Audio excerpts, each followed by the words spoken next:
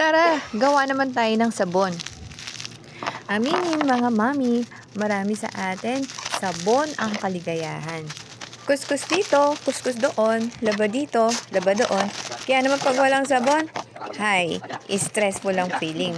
Kaya naman para makatipid, ay tara, gawa na lang tayo ng sarili nating sabon. Ito yung nabili kong dishwashing kit sa Shopee.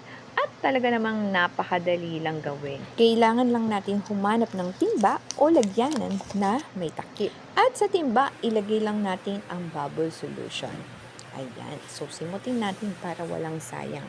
Pagkatapos yan, ay ilagay na rin natin ang asin. Isang damakmak na asin.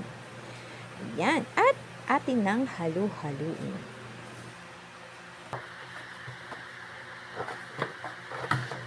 Ayan. So, haluin lang natin maigi hanggang mag-combine na yung dalawang ingredients. So, kapag ganito na yung kanyang texture, ay ilagay na natin yung tubig. Pag bumili kayo nito sa Shopee, meron naman na siyang kasamang instruction na very easy to follow lang naman mga mamshi. At hayun nga, paglagay natin ng tubig ay halu-haluin natin muli at ilagay na rin natin ang mga natitira pang mga sangkap. At muling haluin ng haluin.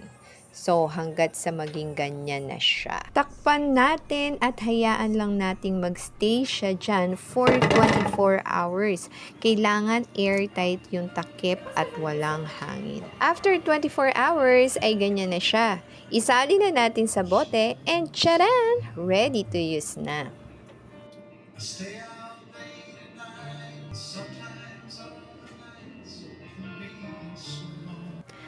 At hayan nga mga moms, kung mapapansin nyo ay wala naman siyang talagang pinagkaiba sa nabibiling dishwashing liquid sa tindahan. So yung bawas, yan yung commercial dishwashing na nabibili natin. At ito namang nasa kaliwa ay yung ginawa natin. So syempre, testingin din naman natin kung effective siya. Ayan, so nakikita nyo naman, napakabula at very easy to use.